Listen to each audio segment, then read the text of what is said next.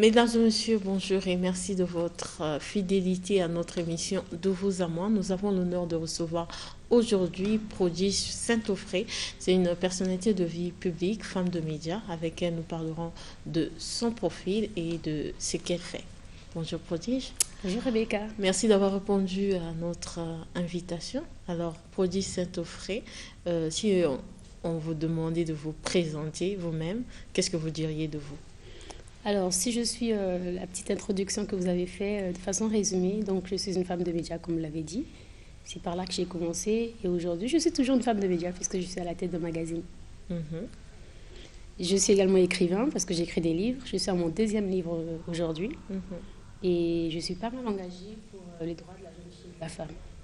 D'accord. Avant, vous étiez beaucoup plus, j'ai du mal à dire vous, parce on était collègues. Tu étais beaucoup plus dans les médias traditionnels. Aujourd'hui, tu es beaucoup plus présente dans les médias sociaux. Qu'est-ce que tu penses des médias sociaux? Qu'est-ce que tu penses des réseaux sociaux comme nous, les francophones, on dit? Alors, c'est vrai, on a été collègues et c'est d'ailleurs un plaisir de retrouver une ancienne collègue sur ce plateau. Le plaisir est partagé. Alors, qu'est-ce que je pense des réseaux sociaux? Je pense que c'est une bénédiction. En tout cas, pour moi, c'est une bénédiction. Et pour les personnes comme moi qui ont pu en profiter, c'est une bénédiction. Les réseaux sociaux, c'est quelque chose de révolutionnaire. C'est venu tout changer, c'est venu briser les codes. Ça a permis à des personnes qui ne voulaient pas, qui n'entraient pas forcément dans les lignes, dans les cases, de se retrouver et de faire par rapport à leurs règles. Sur les réseaux sociaux, c'est chacun qui choisit quelles règles il suit. Oui. Donc voilà, pour moi, les réseaux sociaux, c'est tendance, c'est moderne, c'est la liberté, les réseaux sociaux. Ça t'a beaucoup aidé en tant que femme des médias? Alors moi, ça m'a beaucoup aidé dans toutes mes activités parce que, comme je l'ai dit tout à l'heure, pour toutes les personnes qui ne sont pas forcément dans une boîte ou dans une entreprise, les réseaux sociaux, c'est un peu le nouvel Eldorado. Grâce aux réseaux sociaux, moi, j'ai pu, aujourd'hui, aujourd'hui mon magazine, il est sur les réseaux sociaux. Il a commencé sur les réseaux sociaux il y a quelques années de cela, en 2013. Déjà? Oui, en 2013. Parce qu'on a arrêté, moi j'ai arrêté avec la télévision, toi tu as continué avec la télévision. Moi j'ai arrêté en 2010. Je pense que le dernier événement que j'avais présenté c'était le FESPAM. Donc j'ai arrêté en 2010. J'étais à la présentation du journal télévisé bien avant. Et j'ai décidé voilà, d'arrêter avec la télévision. Et je suis allée faire autre chose. Je suis retournée au droit. Parce que c'était ça que j'avais fait comme formation à l'école. Donc j'ai commencé à travailler dans un cabinet d'avocats. Et puis en 2013... Tu sais, quand tu es passionné, tu es passionné. Quand tu l'as dans le sang, tu l'as dans le sang. Donc en 2013, je sentais vraiment l'envie de retourner au journalisme, mais je ne voulais pas travailler pour quelqu'un. Donc comme j'avais mon boulot à côté, j'ai commencé à tenir un blog, donc j'écrivais sur Internet. C'est comme ça que je lance le blog de l'Obama, quoi. Donc au début, c'était un blog. Après, c'est passé un site Internet en 2015. Après, c'est passé un magazine digital en 2017. Et en 2020, on est passé à la version papier. D'accord. Alors, il y a l'Obama, il y a aussi Moi si boss. C'est ton livre que tu as écrit en quelle année? Alors, moi, je suis passionnée d'écriture, donc je suis passée de l'écriture sur Internet à l'écriture vraiment de façon concrète. Donc, j'ai sorti mon premier livre, Moi si boss. Le Bamag n'est pas un livre, le Bamag est un magazine. C'est un blog qui est devenu un site Internet, ensuite un magazine. Et Moi si boss, par contre, c'est un livre. Je l'ai terminé en fin 2018, il a été publié en début 2019. C'était mon tout premier livre. Ensuite, j'ai sorti mon deuxième livre, Dis-moi grande sœur. Là, tout récemment, en octobre 2020. Tu l'as écrit pendant le confinement? Alors oui, je pense que tu as suivi l'interview. Comment tu as suivi, tu as suivi l'interview que j'ai passée non, lors de la promotion. Je sais que le confinement a inspiré beaucoup d'écrivains. Non, je pense que tu as dû suivre les mots qui passaient à la télé. Non, je te jure que oui, non. Alors, comme je l'expliquais sur un autre plateau télé, voilà, l'inspiration m'est venue comme ça. J'étais aux États-Unis pendant le confinement et j'étais seule. Il y avait beaucoup de théories. On disait que c'était la fin du monde. Tout le monde s'inquiétait un peu pour moi parce qu'aux États-Unis, c'était quand même chaud. Donc, on ne pouvait pas sortir. Dans la nuit, on entendait tout le temps des ambulances passer parce que voilà, les cas, il y avait beaucoup de morts. Et dans cette solitude-là, j'ai commencé à écrire. Je me suis dit, ok, d'accord. S'il faut mourir, tant mieux écrire, hein, coucher ses dernières pensées sur papier. Et c'est comme ça que j'ai commencé à écrire Dis-moi grande sœur. Et je suis plutôt fière du résultat final. Oui. Et l'idée, c'est quoi dans Dis-moi grande sœur? Est-ce que tu donnes des conseils aux plus jeunes? Alors, avec moi, Sibos, je parlais de leadership féminin. Je Mhm. parlais de comment on peut être leader. La femme peut être leader dans tous les domaines de sa vie. On peut être leader à la maison, au foyer. On peut être leader même dans ses relations amicales, même pour les plus petits. Hein, Mhm. parce on pense souvent que les leaders, c'est seulement des personnes âgées. Pas du tout. Même quand on a 5 ans, on peut faire preuve de leadership. Mhm. Moi, j'ai déjà vu un enfant de 5 ans qui défend son camarade qui a été frappé par l'autre. Mais c'est un leader. Mhm. Il prendre une position comme ça face à l'autre, sachant qu'il pourrait lui aussi être une victime, ça donne beaucoup de courage. Donc, dans Moi, si boss, je parlais de leadership féminin beaucoup plus, pour être un peu plus précise, je parlais de leadership dans tous les domaines de la vie. Et avec Dis-moi grande sœur, c'est un tout autre sujet. Là, on parle plutôt, c'est une plus jeune qui pose des questions aux aînés. J'avais déjà lancé un programme sur Internet, un programme vidéo, une sorte de capsule vidéo qui était publiée régulièrement sur Internet ou qui s'appelait Dis-moi grande sœur, où je dialoguais avec des aînés. Et c'est à peu près la même chose que je fais dans le livre Dis-moi grande sœur. Donc on parle de... En apportant des réponses. Oui, mais c'est pas moi qui apporte les réponses, moi je les ai pas. Ah, Ah, j'ai d'accord. pas 50 Toi, tu as ans. fait un peu comme... c'est un peu comme une interview. C'est un peu comme une interview sans l'être Les vraiment, interviews. parce que les femmes ont parfois du mal à s'ouvrir quand il s'agit d'une interview, parce qu'elles se disent, mais non, les journalistes sont trop curieux. Mais là, c'était plutôt vraiment une petite sœur qui posait la question aux aînés. Donc je dis, mais... Une discussion. Vraiment, oui, avec des femmes et pas que des Congolaises. Hein. J'ai sélectionné des femmes à travers le monde, de diverses cultures, diverses nationalités, des quatre coins du monde. On est allé jusqu'en Asie, en Amérique, en Europe, en Afrique ici, musulmans, pas musulmans, chrétiens, pas chrétiens. On a pris tous les profils, j'ai pris tous les livres aussi. Et donc voilà un peu en résumé de quoi parle Dis-moi grande sœur. D'accord. Alors, Prodis Saint-Offray, tu parles beaucoup du leadership féminin et on en parle beaucoup en Afrique. En Afrique, nous avons cette particularité où ce sont des femmes qui tiennent des foyers, ce sont des femmes qui vendent et créent des petites entreprises. Mais malheureusement, on constate aussi que ce sont des femmes qui croulent sous le poids de la pauvreté. Quel regard as-tu sur ce contraste? Alors moi je dirais que à l'époque c'était comme ça, mais de nos jours de plus en plus les femmes, Les choses changent. oui, elles ouvrent les yeux et elles décident de se lancer. Après, pourquoi ce sont les plus pauvres? Parce que ce sont celles qui ne vont pas forcément loin dans la quête d'un emploi hyper bien payé. Aujourd'hui, je m'explique avant je puisse recevoir les foudres de certaines personnes qui me suivent. Alors, aujourd'hui, un homme qui reçoit un boulot en Inde, par exemple, parce que le boulot est payé 1 million, il a envie d'y aller, il va y aller. Quel que soit le fait qu'il soit marié ou pas, il va y aller. C'est même pas négociable. S'il veut y aller, il va y aller. Mais une femme qui reçoit la même offre pour aller en Inde va réfléchir à 2 fois. Si elle est mariée, elle se dira, d'abord, il faut que mon mari soit d'accord. S'il n'est pas d'accord, no way, je reste. Et si elle est célibataire, elle se dira, mais si je vais là-bas, est-ce que je vais trouver quelqu'un qui va m'épouser? Est-ce que c'est pas mieux que je reste ici trouver quelqu'un qui va m'épouser? Donc voilà, ça met Donc la femme, elle a toujours besoin de cette approbation de l'autre. de l'homme, de la société. On a été, surtout ici en Afrique, on a été éduqués de sorte, on a des standards, on a des stéréotypes, on a des règles. C'est pour être une femme épanouie, il faut aller à l'école, cause de la maillelle paix belleté. Parce que si tu es trop maillelle, au kobalaté, Tu vas faire fuir les les hommes. hommes ne parlent pas trop. Oui. Donc, si après le bac, déjà, tu arrives à te trouver un petit boulot de secrétaire qui te paye 150 000 francs, bravo déjà. Maintenant, le cas mobile est bien, à Kukipayo, à Kukipabana. Donc, voilà, là, on est déjà éduqués de façon limitée comme ça, et plusieurs sont limités dans leur tête. Du coup, elles ne vont pas forcément aller chercher beaucoup d'argent parce que elles veulent épouser des hommes riches. En fait, on nous éduque, on nous met dans la tête qu'il faut épouser un homme riche. On nous dit, on nous met pas dans la tête qu'il faut être riche pour prendre soin de soi. Mais par contre, de plus en plus, ça commence à changer. Il y a maintenant des mois-ci boss. Il y a maintenant des femmes aujourd'hui qui disent, il faut il faut que Chine dans ma marchandise. Si mon frère, parce que je vais aller en Chine, tu me dis que tu vas pas manger et que tu vas me lapider ou me renvoyer chez mes parents, bah écoute, c'est toi qui vois. Hein. Il y a de plus en plus de femmes qui pensent comme ça aujourd'hui et c'est tant mieux. D'accord.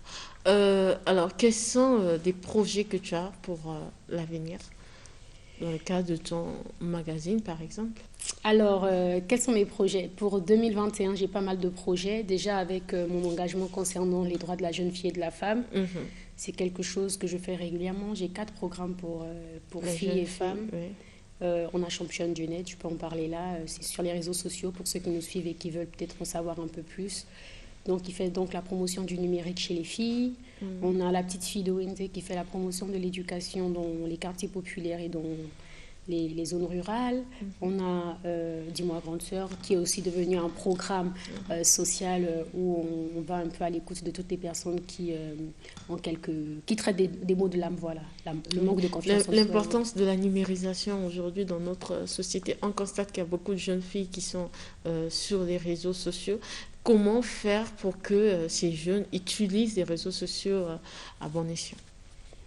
Alors, il faut déjà savoir qu'il ne faut pas aller sur les réseaux pour tout et n'importe quoi. Il faut savoir pourquoi on va sur les réseaux. Moi, actuellement, je ne suis pas très présente sur les réseaux sociaux. N'empêche que je sais utiliser les réseaux sociaux de façon à ce que ce soit profitable pour ce que je fais. Là, on a fait des selfies, on va en faire encore, on va faire certaines vidéos que je vais poster sur Internet. Alors moi, par exemple, je suis présente sur les réseaux sociaux, parfois beaucoup, mais uniquement concernant le boulot, concernant les activités que je fais. Je ne vais pas être présente sur les réseaux sociaux pour qu'on voie que je suis jolie, par exemple, parce que je sais déjà que je suis jolie, je n'ai pas besoin de le faire encore sur Internet. Je ne vais pas aller sur les réseaux sociaux, par exemple, pour rencontrer l'homme de ma vie, parce que je n'y crois pas tellement. Donc voilà, il faut savoir pourquoi on va sur les réseaux sociaux, parce que c'est quand même un budget aussi. Il faut payer un forfait, il faut avoir un téléphone peut-être Android, il faut de la connexion, ça demande de l'énergie, du temps. Tout ce que vous investissez, il faut savoir le rentabiliser. Oui.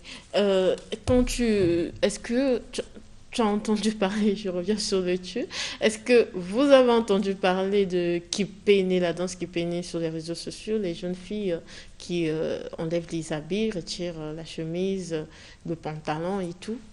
Vous avez entendu parler de ce phénomène? Non, c'est quel phénomène bizarre en ça? fait, c'est un artiste de Pointe-Noire qui a chanté une chanson qui peinait et qui incite les jeunes filles à se déshabiller devant la caméra sur les réseaux sociaux. Et la dernière fois, ça a choqué parce que c'était les filles à l'école, dans une salle de classe en tenue scolaire, qui se déshabillaient et tout, et qui dansaient. Dans quel but? Dans le but de satisfaire. Quand on est jeune, qu'est-ce que j'en sais? Quand on est jeune, mais c'est grave. Oui. Ouais, c'est grave. Ah, mais qu'est-ce que j'en pense? Mais je suis révoltée et je suis indignée même. Depuis quand il faut se déshabiller sur les réseaux sociaux? D'ailleurs, même s'il n'y avait pas les réseaux sociaux, on ne se déshabille pas dans la rue de façon publique. Si je pense même que ça devrait être puni par la loi. Je pense même que c'est puni par la loi de se déshabiller comme ça. Je pense atteinte à la pudeur. C'est pas correct. Mon avis sur la question, c'est ça. D'accord. Alors, Prodige, tu as écrit un premier livre, un deuxième, et un troisième peut-être, un projet sur... Oui, mais le deuxième, il vient de sortir, ça fait même pas 3 mois. Donc, je ne suis pas encore allée en tournée promotionnelle du deuxième, Dis-moi Grande Sœur. Et quel est le feedback déjà, le manuscrit? Alors, magnifique, parce que déjà, l'avantage avec Dis-moi Grande Sœur, c'est qu'il y avait déjà un programme, comme je l'ai dit, sur les réseaux sociaux qui s'appelle Dis-moi Grande Sœur, un programme vidéo. Et lui, il a cartonné, les gens ont beaucoup aimé. Et jusqu'aujourd'hui, les gens me demandent même, les gens en réclament. Dis-moi Grande Sœur, tu reviens quand? Ça revient quand? Le programme revient quand? Et là, avec le livre, je sens que la tournée promotionnelle, elle va être plutôt easy, elle va être plutôt facile, comparée à Moi Si Boss, parce que c'était la toute première fois que je sortais un livre et on n'avait pas vraiment un programme. Mais ça sera quand même différent. Avec Moi Si Boss, on a fait une tournée sur tout le continent. C'était épuisant. Il fallait faire des dates, des événements. Mobiliser les lectrices à venir, parce que c'est pas facile, le monde de l'écriture et les lecteurs. Mais aujourd'hui, avec Dis-moi Grande Sœur, ça va être plus facile parce qu'on a une autre stratégie. Tiens, je vais te le dire, sur ce plateau, avec Dis-moi Grande Sœur, je vais faire une tournée sous forme de one-man show. Tu m'imagines tu m'imagines en train de parler. Tu imagines moi faire un one-man show, mais après je vais le faire, je vais prendre sur moi et je vais le faire avec beaucoup de plaisir. Pourquoi? Simplement pour véhiculer le message qu'il y a derrière. Parce que j'ai compris qu'il y a certaines histoires pour les raconter. Par exemple, quand on parle de stérilité ou de divorce, on dit Dis-moi Grande Sœur, le seul moyen parfois de parler, d'aborder certaines de ces questions, c'est de le faire avec beaucoup d'humour. Pour alléger un peu les personnes qui le reçoivent. Bon. Au lieu de pleurer, il vaut mieux en rire. Voilà. Aujourd'hui, on parle beaucoup du coaching, les jeunes qui se lancent sur les réseaux sociaux, qui disent qu'ils sont coachs. Est-ce que tu te considères comme un coach ou Non, une coach? non, je me considère Mais qu'est-ce pas. que tu en penses, galvaniser les autres, donner des conseils sur les médias sociaux? Est-ce que c'est un vrai métier? Tu considères ça comme... Tu vas porter la polémique sur ce Là, plateau. non, je veux juste... est-ce que tu considères ça comme un vrai métier, le fait d'être là sur les réseaux sociaux pour stimuler les autres, galvaniser les autres, parfois quand on n'a pas une carrière professionnelle? Alors moi, je pense que parfois, on a ça en soi. C'est naturel. Il y en a qui ont un charisme naturel. Et par rapport à ce charisme, ils peuvent parler avec beaucoup de conviction et emmener les autres qui les écoutent à faire ce qu'ils disent. Mais je pense quand même que ça devrait être contrôlé parce qu'il commence à avoir trop de coachs, pas certifiés du tout. Je pensais que tu étais coach. Moi? Oui. Mais non, je ne le suis pas. J'organise. Sérieux? Je pensais vraiment que produit j'étais devenue coach. En fait, tu ne le disais pas, mais tu te comportes comme un coach sur les médias sociaux. Par rapport à quoi? Mais tu donnes les conseils parfois. Non, je n'en donne pas. Tu m'as Ah déjà bon? vu donner des conseils? Même que moi, quand je vois quelqu'un avec le téléphone, je me dis qu'il donne des conseils. Ben non, j'ai jamais donné de conseils. Et d'ailleurs, même dans Moi si boss, c'est le retour qu'on avait des lecteurs. Les lecteurs ont apprécié le livre parce que dans le livre, je dis pas fais ci, fais ça. Ah, ah. Dans le livre, je dis moi j'ai fait et ça n'a pas marché. Moi j'ai fait et ça a marché. En fait, c'est ça. Je pense que les gens, ils peuvent apprendre de moi si je suis honnête. Moi, je parle de moi, hein, je parle de ce que je connais. Mais je ne vais pas venir te dire, Tu dis Rebecca... pas aux autres ce qu'ils doivent non. faire et tout. Et tu J'ai n'aimes pas pas fini qu'on te d'apprendre. dise aussi ce que tu dois faire. Bah, celles qui ont de l'expérience peuvent me dire ce que je devrais faire ou pas. Avec Dis-moi grande sœur, c'est ce que je fais. Je demande, dis-moi grande sœur, parce que je ne suis pas encore mariée par exemple. Je demande, mais Yaya, on me dit, quand je dis Yaya, je parle des aînés dans Dis-moi grande sœur. Je dis par exemple, Yaya, on me dit, plus le temps passe, plus je ne suis pas mariée, j'ai pas encore de bébé, il faudrait que je m'y mette là. Elle me dit, ma petite, ne cours pas. Parce que tout ce que tu es en train de faire, une fois que tu seras dans ton foyer, tu auras du mal à le faire. Donc, cours après tes rêves. Le premier mari d'une femme, c'est son boulot. C'est ça, oui. Donc, je ne suis pas coach. D'accord. Et Coach prodige. ok. Et qu'est-ce que tu penses aujourd'hui de la famille, de la femme africaine avec ses stéréotypes tels qu'elle est décrite aujourd'hui? Donc, elle doit être mariée, elle doit avoir des enfants, elle doit, par exemple, en Afrique de l'Ouest, il y a des jeunes filles qui sont envoyées très tôt dans des foyers. Comment faire pour essayer d'améliorer tout ça? C'est notre culture, ce sont nos traditions, mais comment faire pour éjecter ce qui est mal et continuer avec ce qui est bon? Vu qu'on en parle, mais ça ne change pas. Une seule réponse, éducation. L'éducation, c'est la base de tout.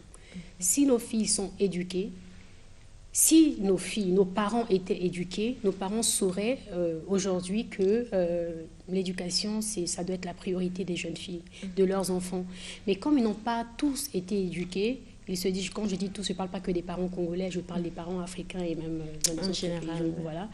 Quand on n'a pas été éduqué, on se dit, imagine si moi je suis allée jusqu'en troisième, je suis heureuse parce que je me suis mariée à un homme qui prend bien soin de moi. Je me dis à ma fille, tu vas pas aller te compliquer la tête pour rien et marie-toi. Parce que je pense que c'est ça la bonne voie, c'est ça que je connais. Mais quand on a été éduqué, on veut ce qu'il y a de mieux pour sa fille. Moi aujourd'hui, je souhaite que mes enfants aillent le plus loin possible. Donc moi je pense que la solution, l'une des solutions, et je pense même la principale, ce serait d'éduquer les filles d'aujourd'hui qui seront demain des mères. Parce qu'une fois que tu as fait ton bac, tu es allé à l'université, mais tu as l'esprit ouvert. Il n'y a plus personne pour te tromper. Il n'y a pas un homme qui va venir te dire, je vais te donner 150 000 francs chaque fin du mois, toi ne travaille pas. Mais non, tu le regardes, tu lui fais, hé mon frère, c'est quoi ton problème? 150 000 francs limite, c'est l'argent de la chaussure que je vais m'acheter demain. Quand tu es une fille émancipée, pleine d'ambition, qui a l'esprit ouvert, tu ne te laisses pas berner par n'importe qui. Tu ne te laisses pas berner tout court. J'allais dire par n'importe qui, mais même quand ce n'est pas n'importe qui, là, tu ne te laisses pas berner. Pourquoi? Parce que tu as appris, parce que tu connais ta valeur et tu sais que tu peux aller loin dans la vie. Donc l'éducation, je pense que c'est la clé. D'accord. Nous sommes presque à la fin de cette émission. Quel est ton mot de la fin pour cette émission? Alors déjà, ça a été un plaisir d'être sur ce plateau avec toi, Rebecca. Un grand plaisir. Simplement aux personnes qui nous suivent, je suis sur les réseaux sociaux. Voilà, c'est là-bas que j'ai tous mes bureaux. Mes bureaux sont sur les réseaux sociaux. Je réponds directement lorsqu'on m'écrit. Le nom de ma page Facebook, c'est Prodige Saint-Offré, Prodige avec S, Prodiges. Et puis Saint-Offré, je pense que ça va apparaître sous l'écran, Oui. Prodige Saint-Offré. Donc c'est pareil sur les réseaux sociaux. Vous m'écrivez si vous avez une question, je réponds aux questions. Et mes 4 domaines d'intervention ou d'influence, ce sont donc le numérique, l'entrepreneuriat, l'éducation et voilà. Donc n'hésitez pas à m'écrire et je répondrai. Voilà. D'accord. Prodige Saint-Offré, merci d'avoir répondu à notre invitation. Mesdames et messieurs, merci de votre aimable attention. Nous vous retrouvons la semaine prochaine à la même heure, toujours sur la télévision nationale congolaise. Merci, au revoir.